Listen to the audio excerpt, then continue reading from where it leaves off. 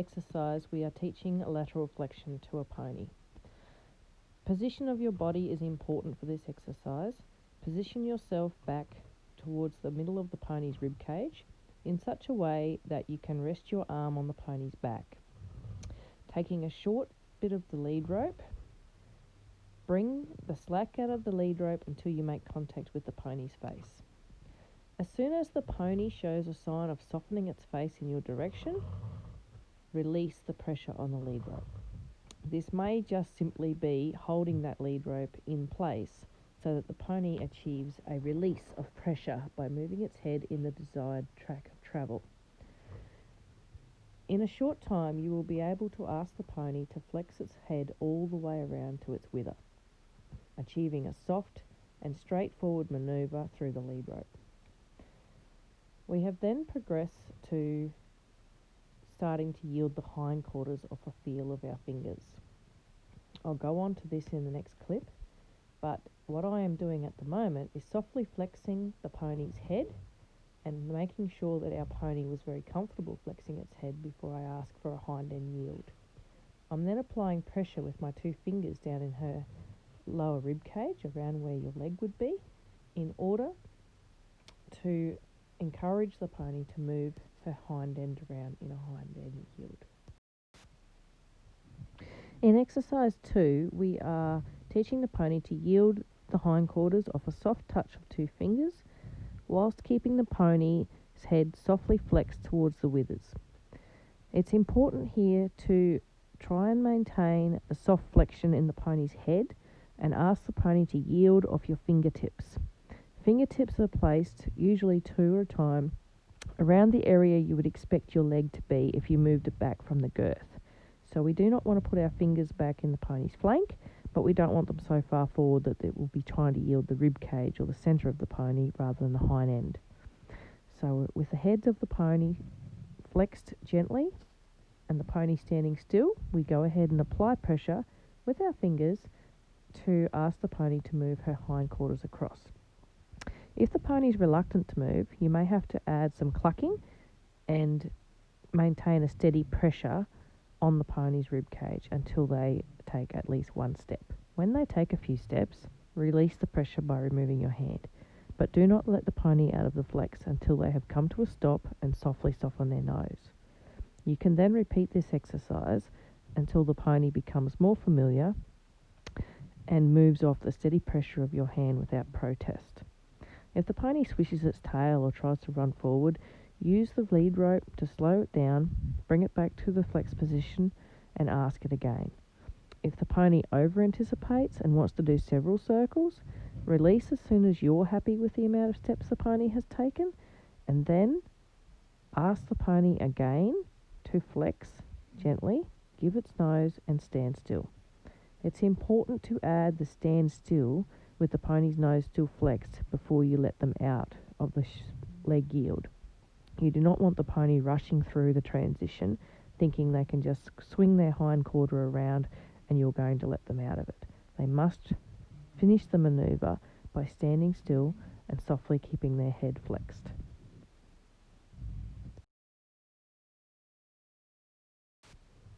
Common problems we encounter teaching this exercise are the pony wanting to move around when you place pressure on the halter.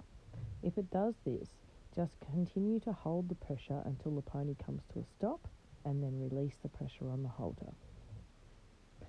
Other problems are pulling too hard by the handler and not releasing quick enough when the pony gives its head.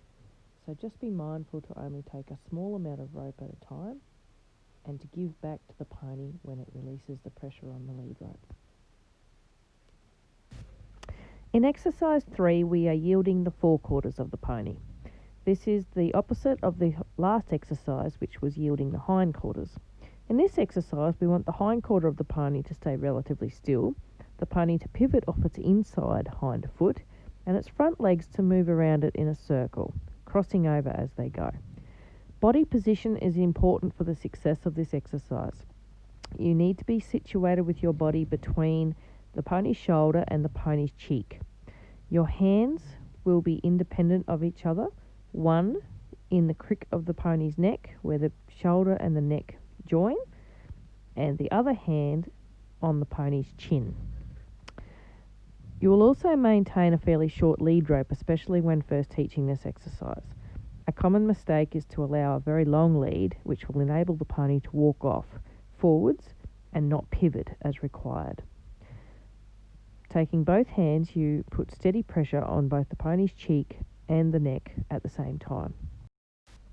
What we are looking for is for the pony's outside leg to cross over and in front of the pony's inside leg as it pivots. This is the true shoulder yield.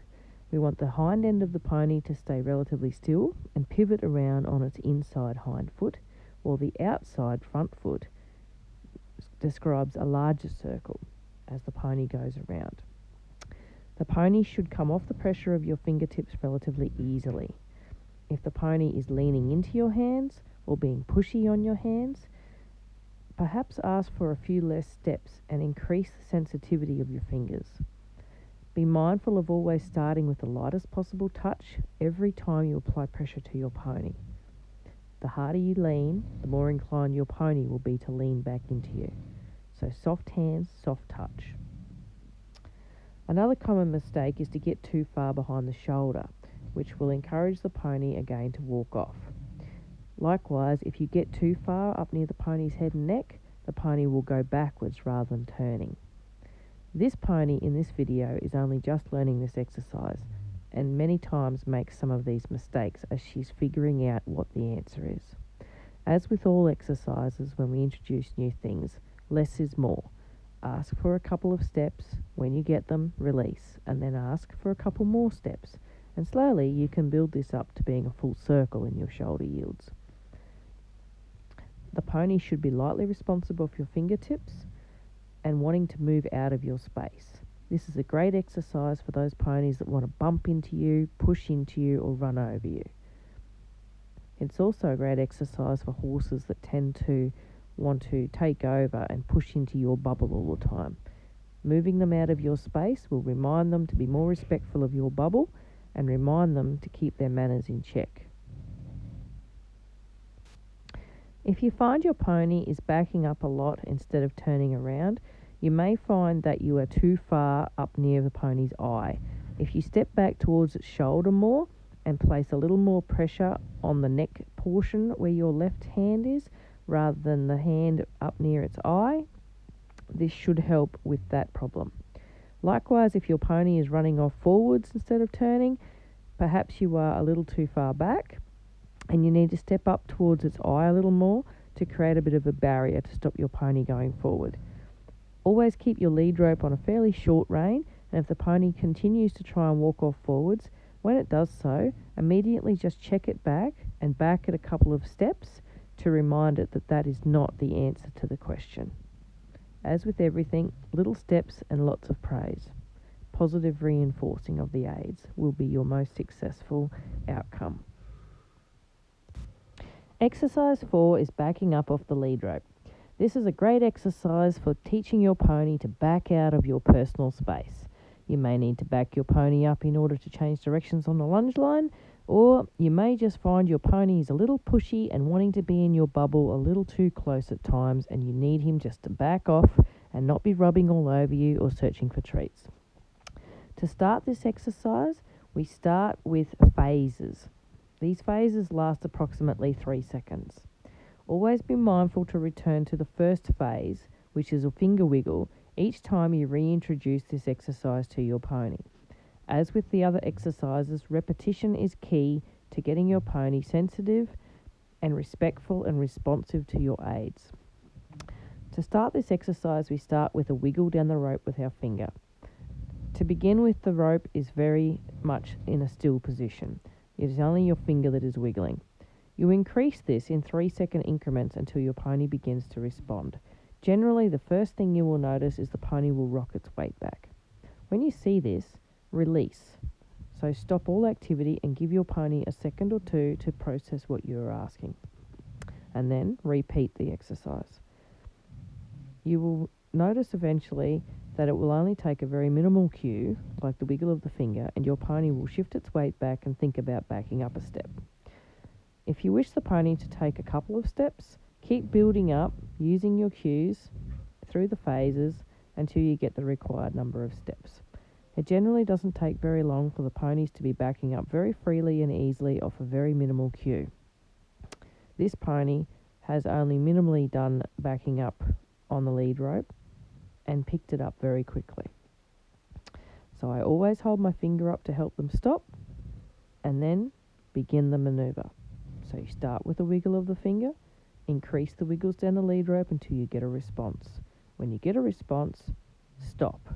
Give the pony a second or two to process and then repeat. You can go up through the phases as you need to, with phase 4 being a fairly vibrant reaction going down the lead rope. This should only be used if your pony is completely ignoring all of the other cues you have given them. It's important to note here that if required, you can also use clucking to help move your pony's feet if they're a bit stuck. So introducing a noise in tune with your pony backing up its feet will help them move and be a little bit more inclined to respond to your wiggle. Exercise 5 is an intro to flag for yielding forequarters and hindquarters, forwards, backwards, left and right. In a series of exercises, introduce the pony to an additional object, a flag on a stick. You could also use a lunge whip or a horseman's stick and string to achieve the same result. I do find the flag gets a great result from the horses and ponies, as they tend to want to move off it a little better, and particularly with quiet ponies, this does help them make a little sharper and be a little bit more responsive to our aids. So to begin with, we simply walk the pony in circles, encouraging them to stay up beside us with their shoulder beside us, and use the flag in front and behind to encourage the manoeuvre that we wish to have. So if we want to go forward, we will use the flag behind to help drive the pony's hindquarters forwards. When we want the pony to stop, we halt our body and we bring the flag in front of the pony to help provide a barrier to get them to stop. When we go to yielding the pony's hindquarters, we use the flag similarly to what we used our fingers in the last exercise. We point the flag at the pony's hip and move the flag with a little bit of movement to encourage the pony to rotate its hip. It's important to have already taught our pony to yield using our fingers before we go to introducing the flag, so the pony has an understanding of what's required of it.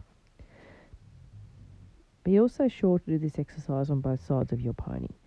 Teaching your pony to yield from both directions with a flag is an important exercise to ensure you can move your pony's feet out of your way safely, no matter where you are or what you're doing. Again, we are looking for the hind quarter with the inside leg to cross over the outside leg in a circle, with the front feet maintaining a fairly stable and still place on the ground. So the hind feet should be describing a larger circle than the front feet. We want the pony's front feet to stay relatively stable and not move around in too big an area while we undertake this exercise. Again, if your pony is a little stuck, you can bump them on the hip with the point of your stick and your bag, which is normally enough for most ponies for them to want to get out of your way. Also, sometimes if your pony is really stuck, adding a voice cue such as will help. Also note that keep a fairly short lead rope. Your hand is tipped with the pony's nose slightly tipped to encourage the pony to yield its hindquarters in a half circle rather than walk off forward. This also keeps you safe, just in case the pony has a mind to kick at the flag, which ponies who have not seen it before may do, and keeps you out of harm's way should they get any ideas. The next exercise is backing the pony off the flag. So we start exactly the same way as what we taught the back of the lead rope with the wiggle, only this time we also have the flag down in front of the pony and moving it from left to right in order to encourage the pony to go backwards. Again, this is a great exercise for those ponies who may be a little pushy or a little stuck and a little uninclined to move off the pressure of the lead rope without you having to get to a really big wiggle. The flag just adds that little bit more sensitivity and encourages the pony to move off that steady barrier, as well as creating a visual barrier for them to see. Whenever we do a sensitization, we always do some desensitization, which includes what I'm doing now, rubbing the pony with the flag and moving the flag around the pony while our body language remains passive. We have not asked the pony to move. If your pony was to get a little worried and trying to run around or run through the flag, I would spend some time doing the desensitization first. We don't want our pony to be scared of our tools. We want a responsive, respectful pony, not a scared one. So it's important to maintain that. If you feel your pony is scared of the object, spend some time getting them to know it and getting them reassured before you go ahead and do the exercise.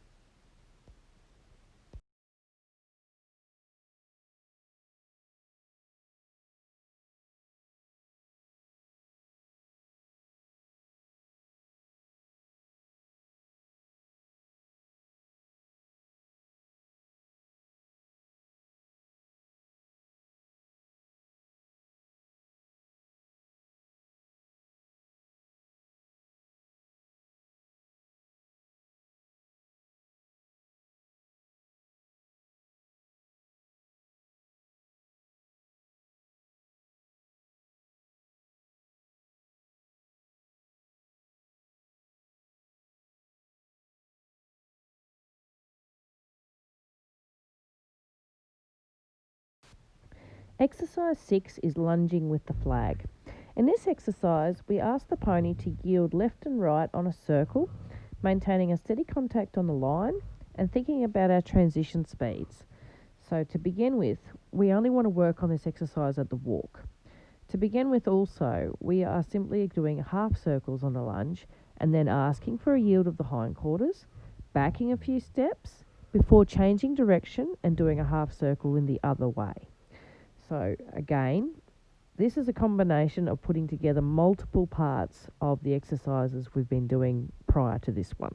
So it's important to do these exercises in order and make sure that you're confident in doing yields, doing backups, and asking your pony to step away from you before you go ahead and try this on the lunge.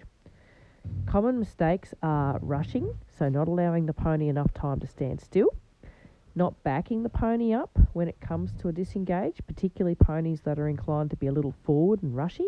This is a great opportunity to teach those ponies some patience. If they go to rush forwards or they anticipate changing directions, back them up a few paces and get them to stand still. And every time they go to rush off, just back them another couple of steps until they kind of have a big sigh and go, fine, we'll just stand here and wait then. The other thing you can work on here is the ponies that want to anticipate a little bit. So if you go 2 or 3 times the same way, you may need to swap it round and send the pony the direction you were already sending it after you've done it a yield or a disengagement, rather than sending them back the opposite way all the time. We don't want our ponies to get too far ahead of us in their thought process, where they're thinking of racing past us or rushing off into the next transition. It's just as important to do this transition at a walk and trot and eventually a canter. We want our transitions smooth and quiet, not rushed, not anxious, and not horses that are anticipating what we might be going to ask them next and volunteering their answers before we've asked them. So it's important to remain very calm in your body language.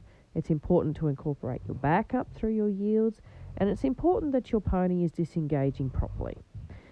If you have a pony that wants to rush through the disengaging, it's sometimes handy to do this exercise on a fence where you can use the fence to help you disengage your pony and prevent them moving forward.